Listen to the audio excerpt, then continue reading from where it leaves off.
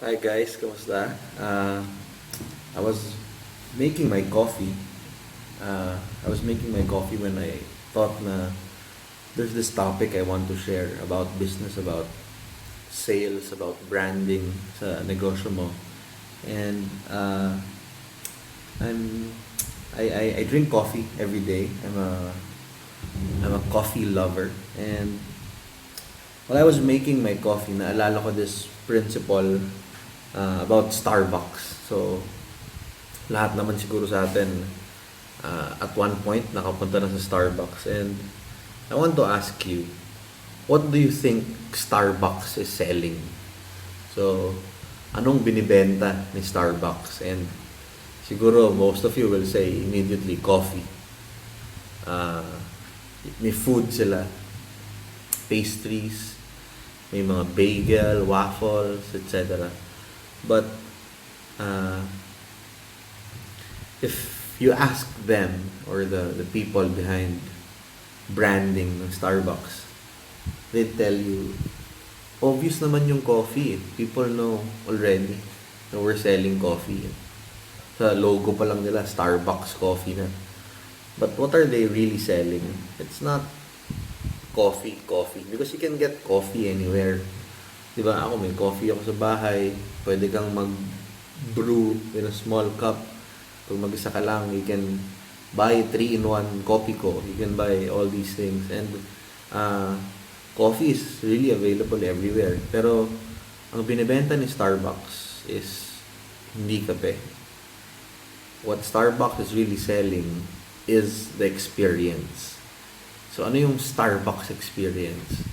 So, ano bang reason bakit ka pumupunta sa Starbucks? That's the experience. Ako, pumunta na ako sa Starbucks dahil may meeting ako at comfortable yung upuan. Kahit matagal ka umupo doon. Another experience is the acoustics. If you noticed, lahat ng Starbucks, kahit puno at maraming tao, hindi siya maingay. The acoustics is nice. Starbucks has really cold air cons. Masira man yung isa, may backup sila. So, it's also part of the experience. Also, very nice and courteous staff. So, isa rin yan sa experience na binibenta sa Starbucks. Also, nice toilets, CRs. So, ilang beses na ako nakagamit sa Starbucks ng CR. Minsan emergency and Starbucks was there to the rescue. So Starbucks is selling coffee as how we see it, but Starbucks is really selling an experience. So I want to talk about this because I want to tell you to stop selling your products alone and start selling an experience. So how can your customers receive an experience from you and not just a product? Uh, I read somewhere na what you sell is only 25% of your business. So yung product mo, 25% lang siya ng binibenta mo.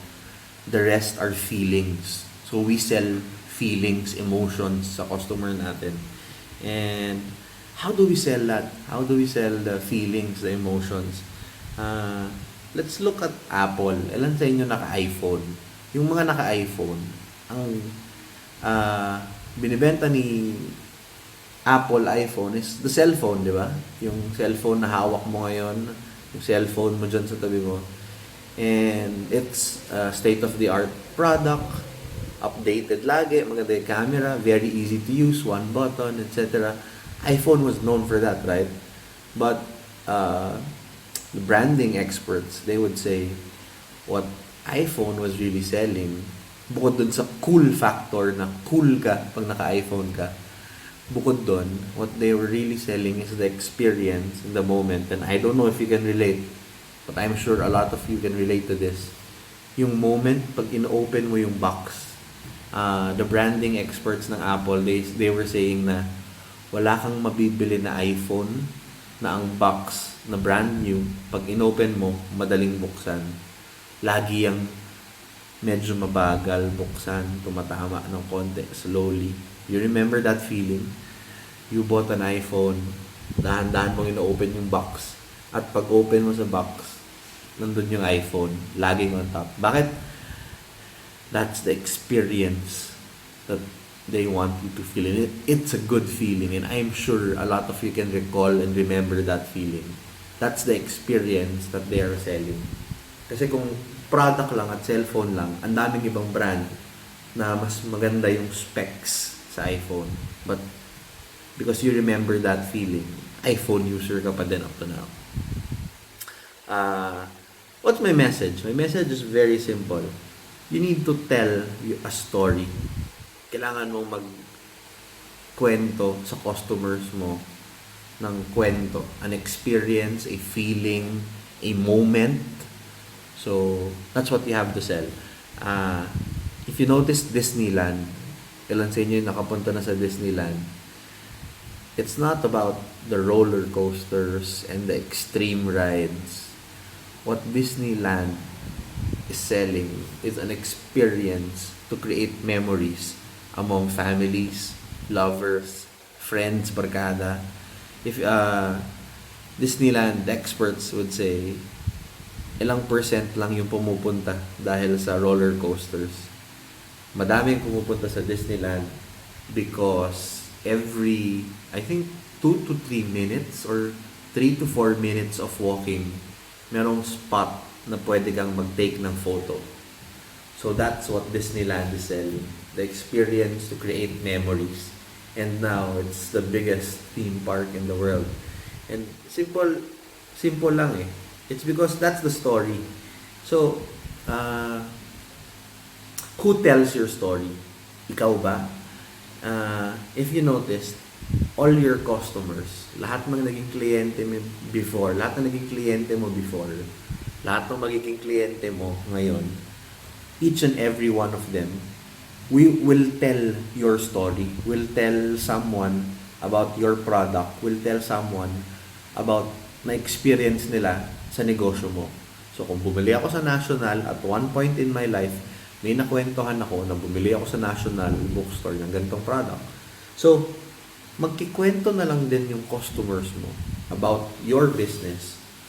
Might as well give them that story to tell. So, how do you tell that story? You should always focus on what does your customer feel, not on what your customer gets.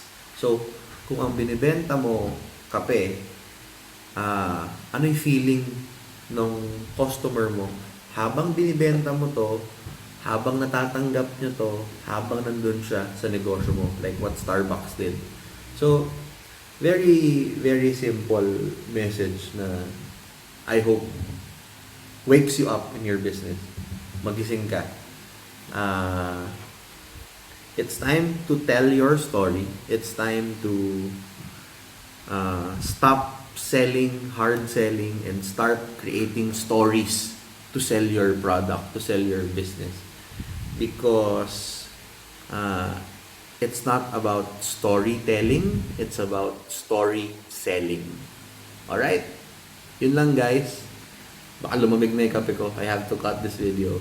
I'll see you again later. Bye-bye.